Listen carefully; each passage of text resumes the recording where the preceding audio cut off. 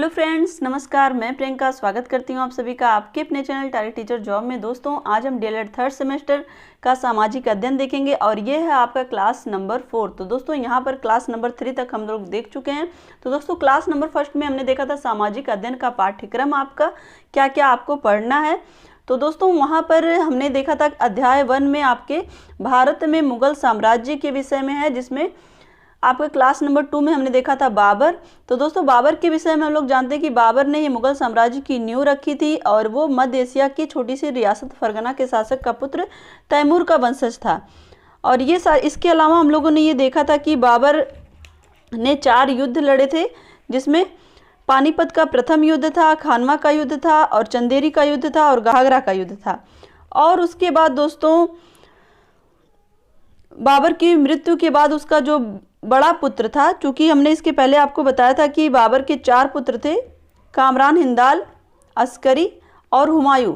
तो दोस्तों, हुमायूं जो कि सबसे बड़ा पुत्र था, हुमायूं ने ही 29 दिसंबर 1530 ईस्वी को आगरा में 23 वर्ष की अवस्था में सिंहासन पर हुमायूं बैठता है बाबर के बाद। और हुमायूं तथा शेरशाह के मध्य युद्ध हुए थे, चौसा का युद्ध और विलग्राम का युद्ध। चौसा के युद्ध में हुमायूं पराजित होता है, फिर विलग्राम का युद्ध होता है।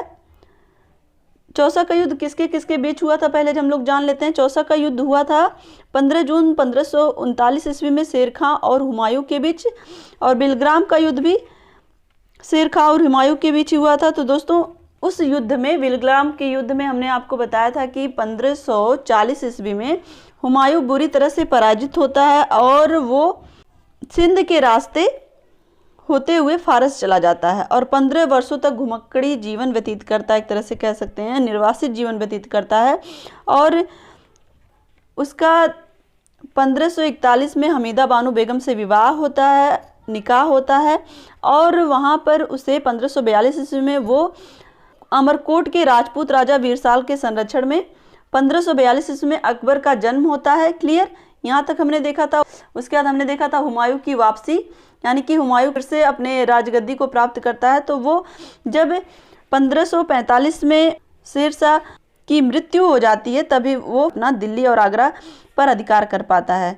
और दोस्तों, यहाँ पर बात करें आगे, तो इसके बारे में तो हुमायूं नामा की रचना गुलबदन बेगम ने की थी, और हुमायूं ज्योतिष में विश्वास करता था, इसलिए इसने सप्ताह के 7 दिन 7 रंग के कपड़े पहनने का नियम बनाया था। ये सारी चीज़ें हमने देखी थी। दोस्तों, यहाँ पर रिवीजन कराने का मेरा मेन मोटिव है कि आपने जो भी चीज़ें पढ़ी हैं उसको एक बार रिवाइज कर लीजिए।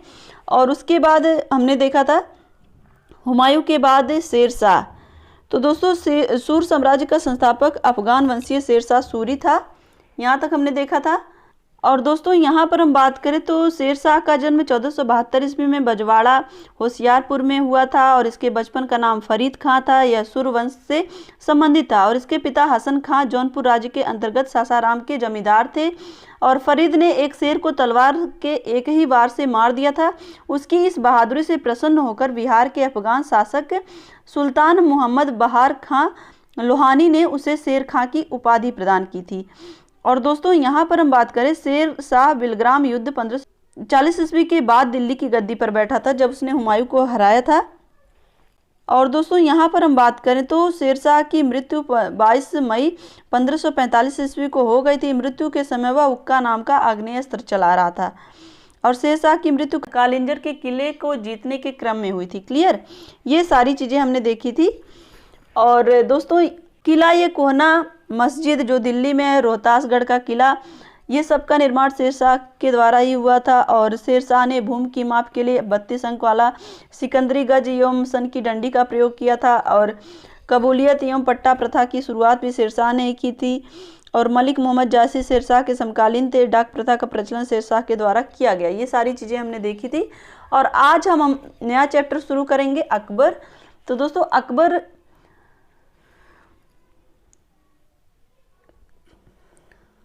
का जन्म 1542 ईस्वी में और इसकी मृत्यु हो जाती है 1605 ईस्वी में। क्लियर, तो यहाँ से देखते हैं हम, ये सारी चीज़ें तो हमने देखी ही थी कि अकबर का जन्म कैसे हुआ था, फिर भी एक बार रिवीजन हो जाएगा। चलिए देखते हैं। अकबर का जन्म 1542 ईस्वी में अमरकोट के राजा वीरसाल के महल में हुआ। सन 1556 ईस्वी में हुमायूं की मृत्यु के समय अकबर की उम्र केवल 13 वर्ष की थी। तो दोस्तों आपको इसके पहले हमने बताया था कि हुमायूं की मृत्यु कैसे हुई थी। वो पुस्तकालय की सीढ़ियों से गिर जाता है और फिसलने की वजह से उसकी मृत्यु हो जाती है। और उसमें हमने आपको एक इतिहासकार का कथन भी बताया था कि कभी कभी एग्जाम में पूछता है कि हुमायूं जीवन भर लड़खड़ाता रहा और लड़खड़ाते हुए उसकी मृत्यु हो गई। तो ये सारी चीज़ें इसके पहले हम लोग देख चुके हैं। अब यहाँ पर देखिए, पिता की मृत्यु से अकबर बहुत दुखी हुआ और बैरम खां ने उसे धैर्य बधाया और कालानौर नामक स्थान पर 1556 ईस्वी को उसका राज्याभिषेक कर दिया। तो दोस्तों बैरम खां उसका कौन था? संरक्षक था। यहाँ पर आगे हम देखें, अकबर का शिक्षक अब्दुल लतीफ ईरानी विद्वान था। क्लियर। और यहाँ पर देखें, हुमायूं की मृत्यु के बाद आदिल शाह सूरी के मंत्री हेमू ने दिल्ली पर कब्जा कर लिया था। उस समय जब यहाँ पर हम बात करें, जब हुमायूं की मृत्यु होती तो उस समय दिल्ली पर हेमू ने कब्जा कर लिया था, जो आदिल शाह सूरी का मंत्री था। क्लियर। अब यहाँ पर देखिए, पानीपत का प्रथम युद्ध 1526 ईस्वी में हुआ था, बाबर और इब्राहिम लोदी के बीच। और यहाँ पर देखिए, पानीपत का दूसरा युद्ध किसके किसके बीच हुआ? पानीपत का दूसरा युद्ध 1556 ईस्वी में अकबर अपने संरक्षक बैरम खां को साथ लेकर पानीपत के मैदान में पहुंच गया। क्लियर। और दोनों की सेनाओं के बीच घमासान युद्ध हुआ। यहाँ देखिए, शत्रु सेना का एक तीर हेमू की आंख में लगा और हेमू पकड़ा गया और बैरम खां ने उसे मार दिया। क्लियर। तो दोस्तों, जो हेमू दिल्ली पर शासक बनकर बैठा था, उसको पानीपत के दूसरे युद्ध में अकबर का जो संरक्षक था बैरम खां, हेमू की आंख में तीर लग जाती है और हेमू पकड़ा जाता है और उसे बैरम खां मार देता है। क्लियर। यहाँ तक हो चुका। अब हम आगे चलते हैं। अब दोस्तों यहाँ पर देखिए, बैरम खां की हत्या हो जाती है।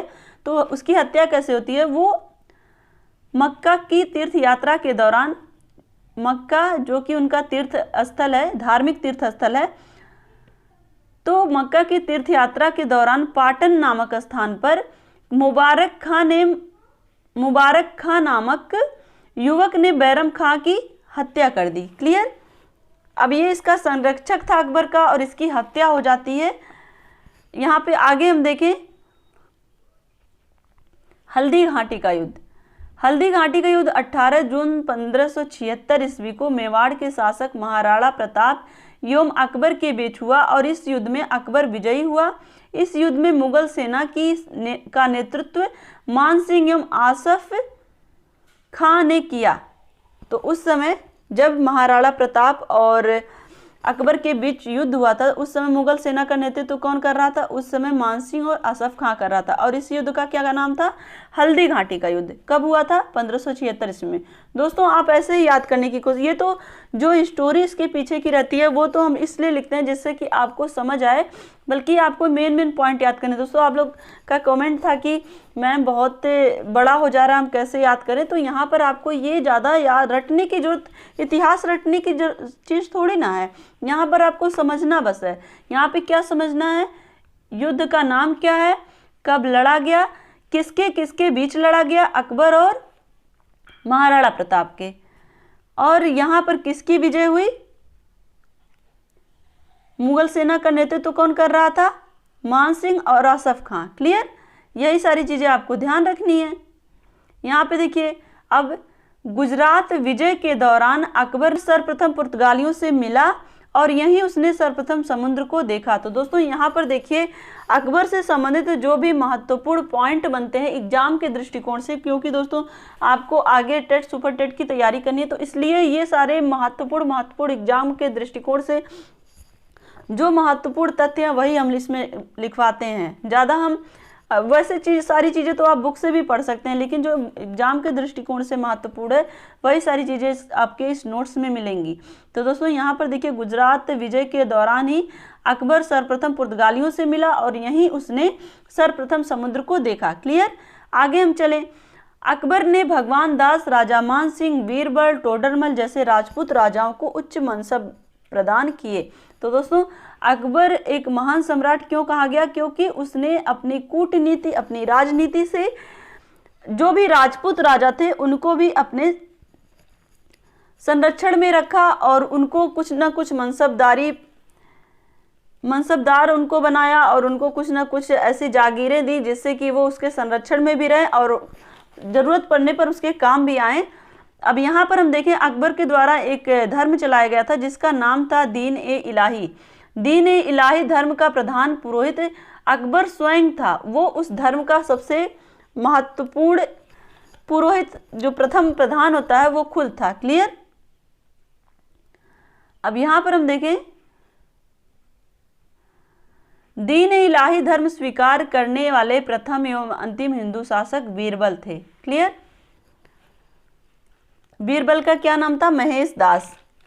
अब यहाँ पर हम आगे देखें अकबर के दीवान राजा टोडरमल ने 1580 ईस्वी में 10 साल बंदोबस्त व्यवस्था लागू की। कभी कभी ये जो वर्ड है यही वर्ड आता है तो ये किससे संबंधित है? टोडरमल से संबंधित है। और इस 10 साल बंदोबस्त व्यवस्था को कब लागू किया गया? 1580 ईस्वी में। क्लियर।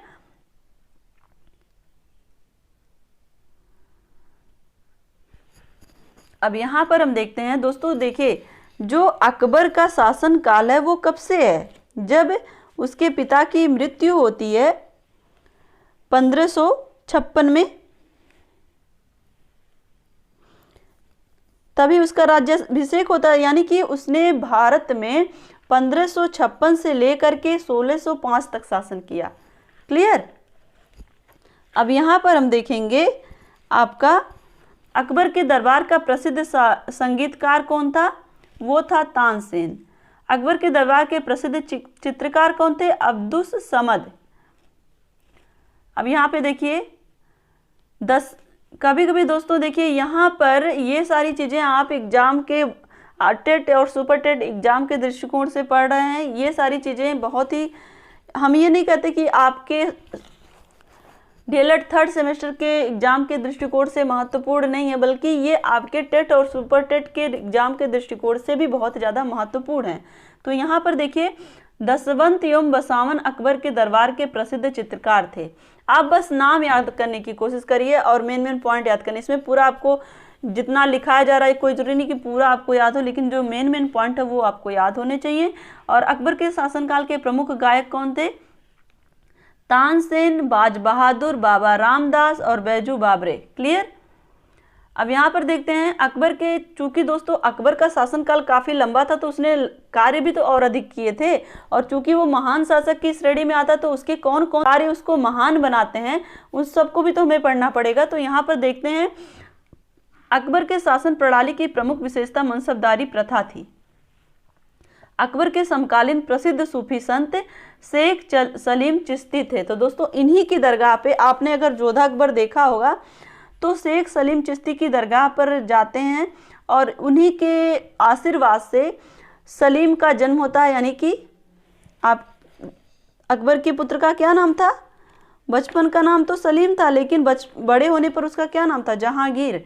तो दोस्तों यही सलीम, इसी सूफी संत के नाम पर ही वो अपने पुत्र का नाम सलीम रखते हैं। अगर आप लोगों ने जोधा अकबर सीरियल देखा होगा तो उसमें सलीम, जो उसका छोटा सा बेटा देखा होगा आपने, सलीम को।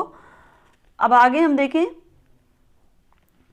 अकबर को सिकंदराबाद के निकट दफनाया गया। क्लियर। अब हम देखते हैं इसके कुछ महत्वपूर्ण कार्य हैं। अकबर के कुछ महत्वपूर्ण कार्य और वर्ष, कब कौन से काम इसने किए थे। दास प्रथा का अंत 1562 ईस्वी में, अकबर को हरमदल से मुक्ति 1562 ईस्वी में, तीर्थ यात्रा कर समाप्त 1563 ईस्वी में। और यहाँ दोस्तों यहाँ पर देखिए तीर्थ यात्रा कर भी दो तरह के थे, जजिया और जकात। यह कर समाप्त किया था 1564 में। तो दोस्तों यहाँ पर हम बात करें, जो अकबर था वो कहीं ना कहीं हिंदू और मुस्लिम का सामंजस्य बैठा कर चल रहा था, और कहीं ना कहीं जो एकता थी एक तरह से जाति और धर्म को लेकर के, उसने जो दीन इलाही धर्म चलाया था उसमें उसने उन सब को एकजुट करने का प्रयास भी किया। अब यहाँ पर हम देखें फतेहपुर सीकरी की स्थापना एवं राजधानी का आगरा से फतेहपुर सीकरी स्थानांतरण कब किया था उसने? वो किया था 1571 ईस्वी में। क्लियर। कभी कभी दोस्तों इसका सन ही पूछता है, इसलिए मैंने सन इसमें आपको लिखवा दिया है। और यहाँ पर देखिए इबादत खाने की स्थापना 1575 ईस्वी में। इबादत खाने में सभी धर्मों के लोगों के प्रवेश की अनुमति 1578 ईस्वी में, और महजर की घोषणा 1579 ईस्वी में दीन इलाही धर्म की स्थापना की थी। यहाँ पर देखिए महजर की घोषणा 1579 ईस्वी में, दीन इलाही की स्थापना 1582 ईस्वी में, और यहाँ देखिए इलाही संबंध की शुरुआत की थी 1583 ईस्वी में, राजधानी लाहौर स्थानांतरित 1550 ईस्वी में। क्लियर। अब यहाँ से हम देखें अकबर के दरबार में सुशोभित होने वाले 9 रत्न इस प्रकार हैं। तो दोस्तों कभी कभी 9 रत्नों में से नाम भी पूछ लेता है, तो आप अगर 9 रत्न जो अकबर के दरबार के थे, जो लोग उसके दरबार में सुशोभित हो रहे थे, जिनको उसने 9 रत्न का दर्जा दे रखा था, तो वो नाम कौन कौन से हैं उसको एक बार आप देख लीजिए। बीरबल, अबुल फजल, टोडरमल, भगवान दास। दोस्तों ये भगवान दास राजपूत राजा हैं। 5वें पे हैं तानसेन, 6ठे पे हैं मान सिंह, और 7वें पर अब्दुल रहीम खान खाना, और 8वें पर है मुल्ला दो प्याजा, और 9वें पर है हकीम हुकाम। और दोस्तों अब हम ये जो इनके 9 रत्न हैं इनके बारे में कुछ जानकारी कलेक्ट कर लें। यहाँ पर देखिए अबुल फजल का बड़ा भाई फैजी अकबर के दरबार में राजकवि के पद पर आसीन था। अबुल फजल ने अकबरनामा ग्रंथ की रचना की। वह दीन इलाही धर्म का कट्टर समर्थक था। क्लियर। जो अबुल फजल हैं इन्होंने क्या किया, दीन इलाही धर्म का समर्थन किया, कट्टर समर्थक थे उसके। क्लियर। यहाँ पे देखिए बीरबल का बचपन का नाम क्या था, महेश दास, और संगीत सम्राट तानसेन का जन्म कहाँ हुआ था, ग्वालियर में, और इनकी प्रमुख कृतियां कौन कौन सी, मियाँ की टोडी, मियाँ का मल्हार और मियाँ का सारंग, ये इनकी प्रमुख कृतियां हैं तानसेन की। और दोस्तों यहाँ पर हमने बात की थी अकबर के 9 रत्नों में भगवान दास। तो दोस्तों अकबर ने भगवान दास यानी कि आमेर के राजा भारमल के पुत्र, भारमल की पुत्री तो जोधा थी, लेकिन जो भारमल के पुत्र भगवान दास थे इनको इन्होंने अमीर उल उमरा की उपाधि दी थी। क्लियर। ये इनके दरबार में रहते थे, यानी कि 9 रत्नों में से एक थे भगवान दास, और जोधा के भाई भी थे। क्लियर। और अगर हम बात करें यूसुफ जाइयों के विद्रोह को दबाने के दौरान बीरबल की हत्या कर दी गई थी। बीरबल भी तो इनका एक 9 रत्न था। उसकी हत्या कब हुई थी, यूसुफ जाइयों के विद्रोह को दबाने के दौरान हुई थी। और 1602 ईस्वी में सलीम यानी कि जहांगीर, जिसकी अभी हमने बात की थी कि शेख सलीम चिश्ती के नाम पर ये अपने पुत्र का नाम सलीम रखता है, तो सलीम इसका पुत्र था, जिसको 1602 ईस्वी में सलीम ने यानी कि जहांगीर के निर्देश पर दक्षिण से आगरा की ओर आ रहे अबुल फजल को रास्ते में वीर सिंह बुंदेला नामक सरदार ने हत्या कर दी थी। मतलब यहाँ पर जो जहांगीर है उसी के इशारे पर अबुल फजल की हत्या करवा दी जाती है। और मुगल सम्राट अकबर ने अनुवाद विभाग की भी स्थापना की थी, और मुगलों की राजकीय भाषा फारसी थी। महाभारत का फारसी भाषा में रजमनामा से अनुवाद बदायूनी नकीब खां एवं अबुल कादिर ने किया। और दोस्तों बुलंद दरवाजा का निर्माण अकबर ने गुजरात विजय के उपलक्ष्य में करवाया था। और दोस्तों यहाँ पर बात कर रहे थे हम गुजरात विजय के दौरान ही उसने पहली बार समुद्र को देखा था। क्लियर। ये सारी चीजें आप देख चुके हैं। अब दोस्तों हम देखेंगे आगे जहांगीर 1605 से 1627 इसका जो शासन काल रहा। जब अकबर की मृत्यु हो जाती है 1605 में, तो जहांगीर शासन करता है। तो यहाँ पर देखते हैं जहांगीर अकबर का पुत्र था। जहांगीर का जन्म 1569 में हुआ। उनका बचपन का नाम सलीम था। अकबर के नौरत्न अब्दुल रहीम खान खाना से सलीम ने तुर्की तथा फारसी भाषाओं का ज्ञान प्राप्त किया। तो दोस्तों जो अकबर के नौरत्न थे अब्दुल रहीम खान खाना, इन्हीं से ही सलीम ने तुर्की तथा फारसी भाषाओं का ज्ञान प्राप्त किया था। और अकबर की मृत्यु के बाद सलीम का राज्याभिषेक नूरुद्दीन मोहम्मद जहांगीर के नाम से सन 1605 ईस्वी में आगरा में हुआ था। क्लियर। अब यहाँ पर हम देखें अकबर ने अपने पुत्र का नाम सलीम सूफी संत शेख सलीम चिश्ती के नाम पर रखा था। जहांगीर को न्याय की जंजीर के लिए याद किया जाता। तो दोस्तों जहांगीर की क्या विशेषता थी कि वो उसके राज्य में न्याय की बहुत ही अच्छी व्यवस्था थी। और जो आगरा के यहाँ पर हम बात करें तो न्याय के लिए एक जंजीर रखी थी उसने, और जो आगरा के किले के शाह बुर्ज में एवं यमुना तट पर स्थित पत्थर के खंभे में लगवाई हुई थी। तो जब भी न्याय की जिसको आवश्यकता होती थी वो उस जंजीर को खींचता था। आगे हम चलें। जहांगीर के द्वारा शुरू की गई तुजुक ए जहांगीरी नामक आत्मकथा को पूरा करने का श्रेय मोतविंद खां को है, यानी कि इसने अपनी आत्मकथा को पूरा नहीं किया था और उसको पूरा किसने किया था? मोतविंद खां ने। तो दोस्तों ऐसे ही क्वेश्चन बनते हैं, तो इसलिए ये सारे क्वेश्चन बहुत ही एग्जाम की दृष्टि से महत्वपूर्ण हो जाते हैं। जहांगीर ने कई विवाह किए। शेर अफगान की विधवा नूरजहां से किया गया विवाह प्रमुख था। उसमें नूरजहां तेहरान निवासी ग्यास बेग की पुत्री थी और उसका बचपन का नाम मेहरुन्निसा था। तो जो नूरजहां थी वो किसकी पुत्री थी? तेहरान के निवासी ग्यास बेग की पुत्री थी और उसका बचपन का नाम मेहरुन्निसा था। उसका पहला विवाह किससे हुआ था? शेर अफगान नामक एक ईरानी से हुआ था, मतलब एक ईरानी व्यक्ति से जिसका नाम शेर अफगान था, उससे नूरजहां का विवाह हुआ था। इसकी सुंदरता को देखकर जहांगीर द्वारा उसे नूरजहां की उपाधि भी दी गई थी। जहां की सुंदरता को देखकर जहांगीर ने उससे विवाह किया था। दोस्तों यहाँ पर देखें तो जहांगीर के शासनकाल में नूरजहां की भूमिका बहुत ही ज़्यादा महत्वपूर्ण थी। वह एक योग्य महिला थी। उसने राज्य के कार्यों में जहांगीर का पूरा सहयोग किया एवं बादशाह के व्यसनों पर नियंत्रण रखा। तो दोस्तों चूंकि जहांगीर कहीं ना कहीं अधिक व्यसन में एक तरह से बहुत ज़्यादा भोग विलास में रहने लगा था, तो उसके जो भी इस तरह के कार्य थे उससे जो नूरजहां थी उसने उसको दूर किया। और वह बड़ी बलवती और साहसी महिला थी। वह जहांगीर को युद्ध में भी सक्रिय सहयोग देती। वह सुशिक्षित, सुसंस्कृत और कलाप्रिय महिला थी। जहांगीर को मदिरापान की आदत थी और यही आदत उसके पतन का कारण बनी। यहाँ पर देखें 1627 ईस्वी में लाहौर में जहांगीर की मृत्यु हो गई और उसे वहीं दफना दिया गया। क्लियर? तो दोस्तों ये जो जहांगीर था कहीं ना कहीं अधिक भोग विलास में लिप्त रहने लगा था, तो नूरजहां ने उसे उसके जो भी व्यसन थे, जो भी उसके बुरे कार्य थे, उससे उसको दूर करने का कोशिश किया, उस पर नियंत्रण रखने की कोशिश की और जहांगीर को युद्ध में भी सक्रिय सहयोग देती थी। और दोस्तों यहाँ पर हम बात करें मुगल चित्रकला अपने चरमोत्कर्ष पर जहांगीर के शासनकाल में पहुंची। जहांगीर के 5 पुत्र थे, खुसरो, परवेज, खुर्रम, शहरयार और जहांदार। आगे हम देखें जहांगीर के मकबरे का निर्माण नूरजहां ने करवाया था। शाहजहां ने नूरजहां को 2 लाख रुपए प्रतिवर्ष पेंशन देकर लाहौर जाने दिया और जहां 1645 ईस्वी में उसकी मृत्यु हो गई थी। तो दोस्तों यहाँ पर हम बात करें, आप देखेंगे तो जहांगीर की मृत्यु कब हुई? 1627 ईस्वी में लाहौर में हो गई थी। और इसके बाद जहांगीर का जो उत्तराधिकारी था शाहजहां ने, यहाँ पर देखेंगे ये जो खुर्रम है, ये खुर्रम यही शाहजहां के नाम से आगे शासक बनता है। और इसने क्या किया था? 2 लाख रुपए वार्षिक पेंशन दे करके उसको लाहौर भेज दिया नूरजहां को। और 1645 ईस्वी में नूरजहां की भी मृत्यु हो जाती है। क्लियर?